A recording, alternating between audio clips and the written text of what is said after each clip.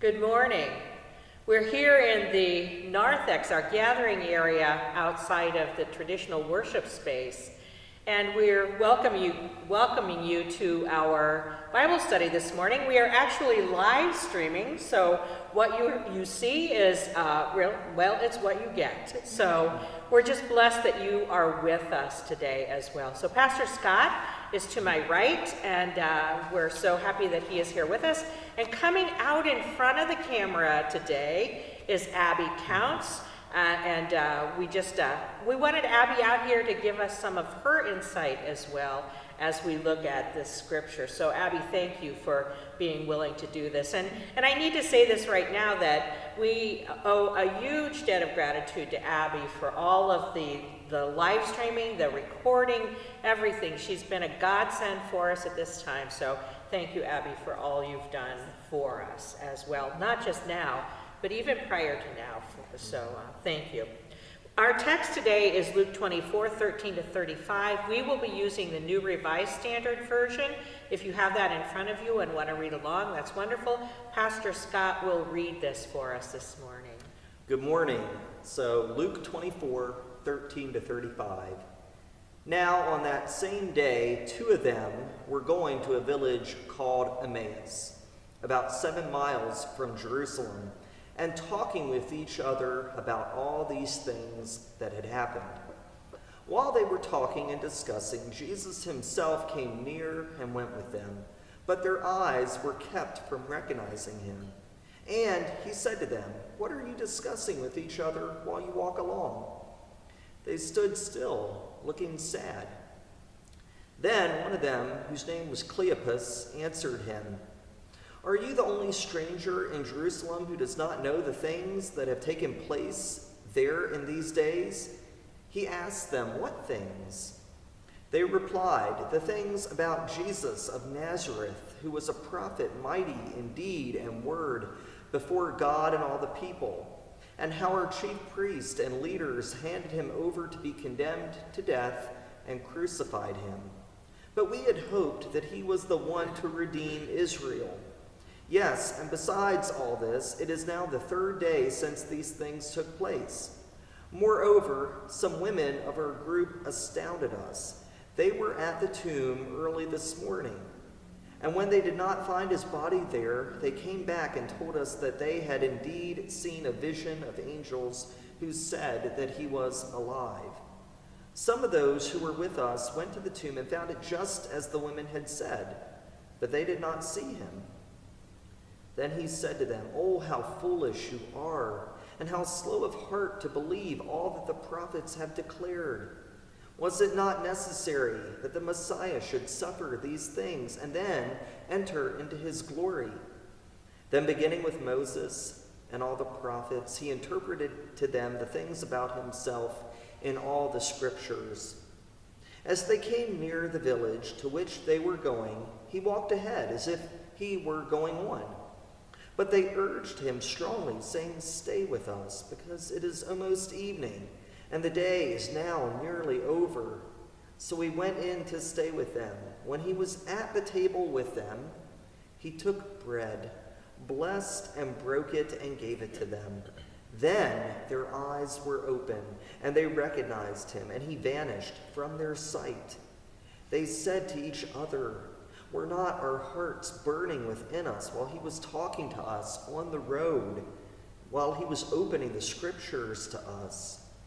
That same hour they got up and returned to Jerusalem, and they found the 11 and their companions gathered together. They were saying, "The Lord has risen indeed, and he has appeared to Simon." Then they told what had happened on the road, and how he had been made known to them in the breaking of the bread. The gospel today of the Lord. Thank you, Scott. You're welcome. So any insights that might have come up for you, Abby, as you read through this? Thoughts that you had on the text? I think the first thing, after I read through it and then did a little more background research just to gain some context, I think the biggest thing for me was amusement, because I was thinking, like, for the past couple weeks, we've talked about how much fear the disciples had. They locked themselves in a room. And that scene hasn't really happened yet, because this is, like, the day of, I think. But we have these two guys who are just walking out in plain day, and they're having this conversation. And they have no problem telling this person who they say they don't know, like, exactly what their position is and what's going on. So I just thought that was a really stark contrast to, like, people being really scared and not wanting to reveal themselves to others. And then the fact that we have Jesus explaining all of the scriptures to them. I thought that was kind of funny. Yes. And that Luke omitted it. You know, it was like, well, he explained it all to him. Yes, yeah. And that's interesting, though. I've never really thought about that.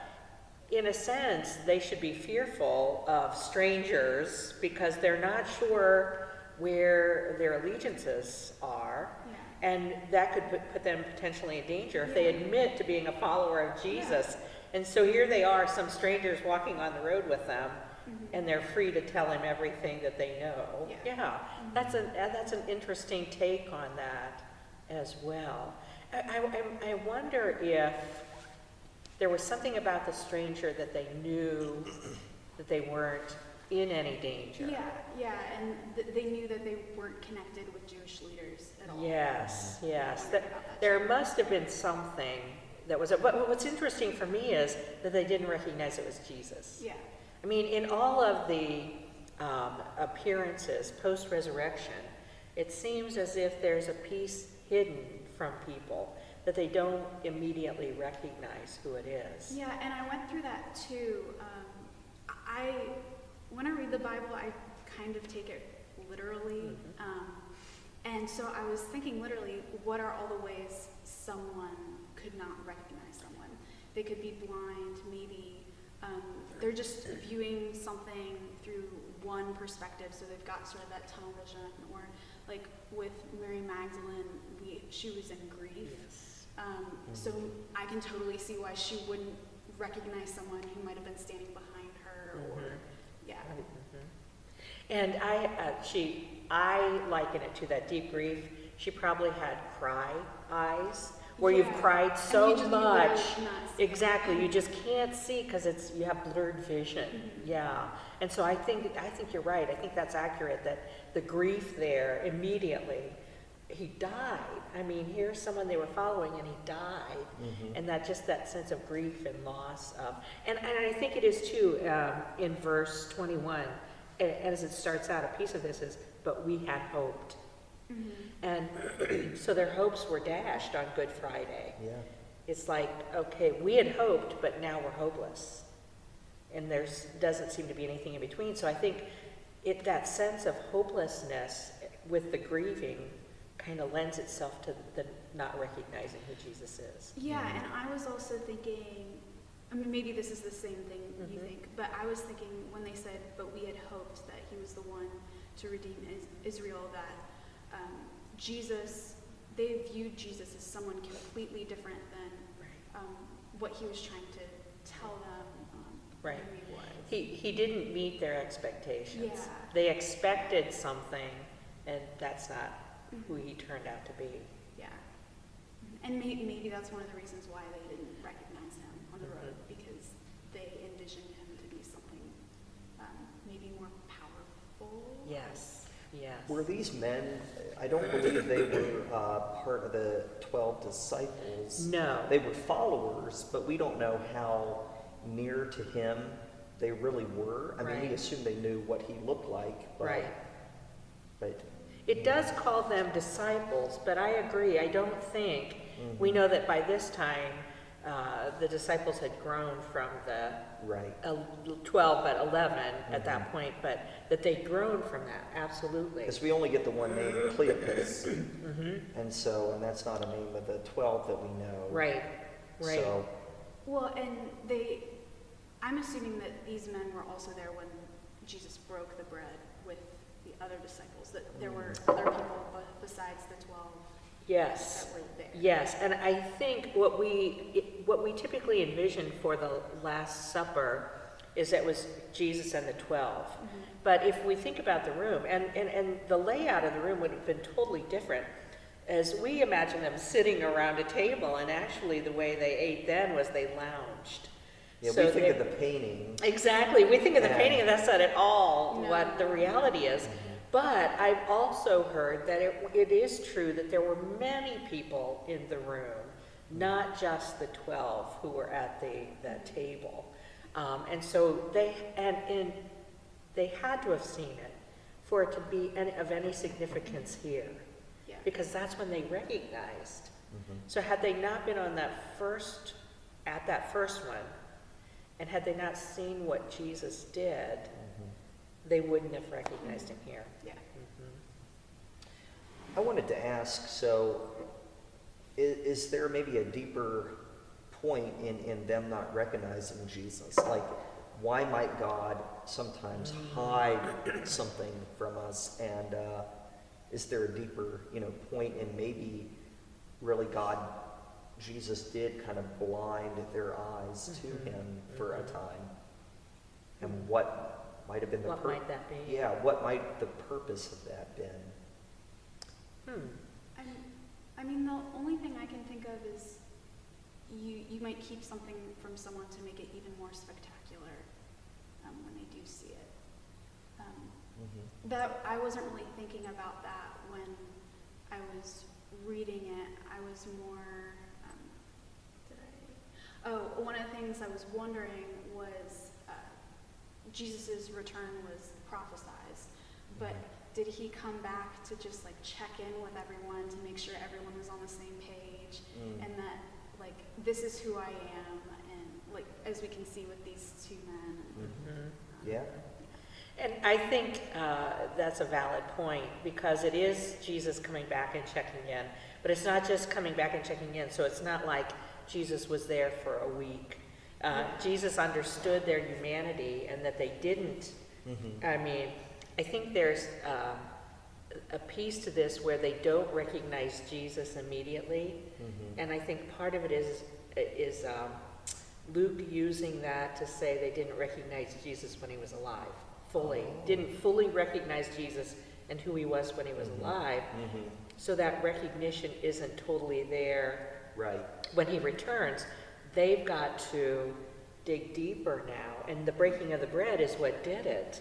Well, and that would explain why Jesus had to interpret for them the suffering, the death, the rising, that these things had to happen, where I think most of the disciples, even though he had foretold all that, they still didn't get how, okay, but you died. And that they saw a finality in that God didn't.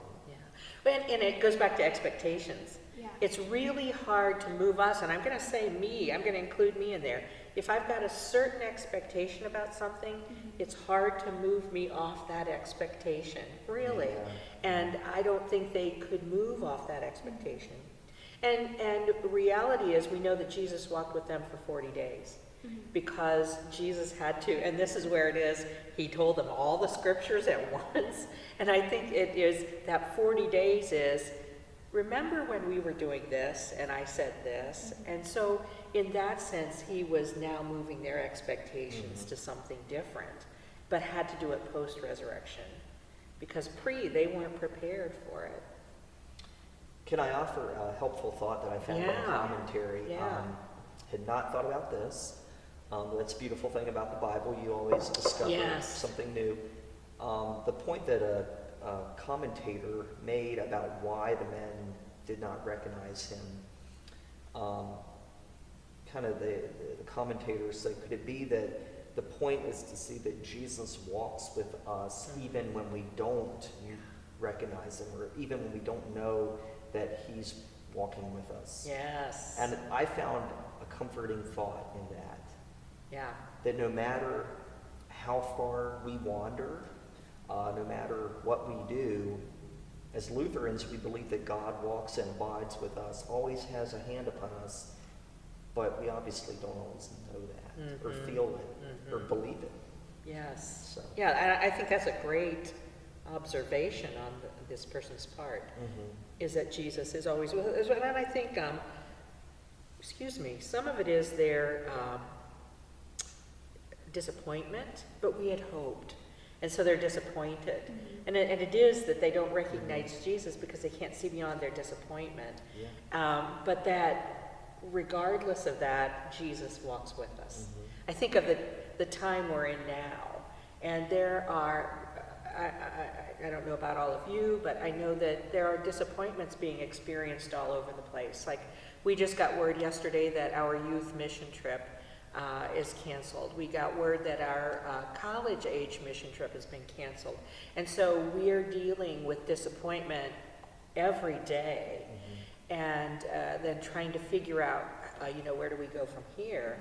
But it is in the midst of that that Jesus walks with us. We may not recognize it right at the time because we're so involved in our grief and our disappointment, but nonetheless, Jesus is still there. And we might, in this pandemic, we may not feel that, see that till later, way later, and look back and see kind of the handprints of God along the way. But yeah, where is he leading us? Yes, yes. Yeah. I still go back to scripturally. It says in Romans that for all who believe, something good will come out of everything. We don't, when we're in the midst of it, we can't see it. I always say it's like going through a tunnel. When you're in the tunnel, you can't see anything because you're focused on driving in the tunnel. It's not until you come out on the other end, when the light is shining again, then you go, okay, now I see what good could come from this. When I was in college and whenever I didn't want to write a paper or something, I'd be like, okay, so what am I learning from this? And even though it's so hard, what will I come out being stronger at? Or, Yes. So there were a lot of classes I really didn't like, but those were often the most useful classes to me. Yes. You struggle to just get involved in it and move forward with it, but then what is it I'm learning from that? That's a good way to look at it. Yeah. Very good. So Jesus shows up in the breaking of the bread, which is what we believe happens every week in Holy Communion. These men, their eyes were opened at that moment, the breaking of the bread and the giving thanks.